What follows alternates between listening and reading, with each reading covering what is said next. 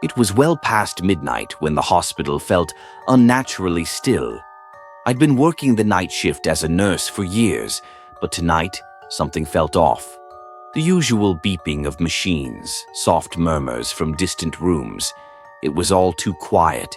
Even the hallways seemed darker than normal, the flickering fluorescent lights casting long, uneasy shadows.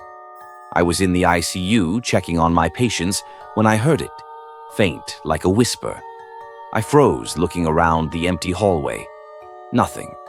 I continued my rounds, trying to shake the feeling, but the whispering came again. Only this time it was clearer. "Help me." I walked toward the source, passing patient rooms one by one. The air grew colder as I neared room 306. The door was slightly ajar. Hesitant, I pushed it open. Inside, the patient, a woman in her 60s who'd been unresponsive for days, was sitting up in bed, her eyes wide open. I froze. That wasn't possible. She hadn't moved in hours, her vitals steady but shallow. "Please," she whispered again, her voice barely audible but unmistakable. "Help me." My heart pounded in my chest. I rushed to her side, checking her vitals, but everything seemed normal. Too normal. Her breathing was shallow, but there was no sign of distress.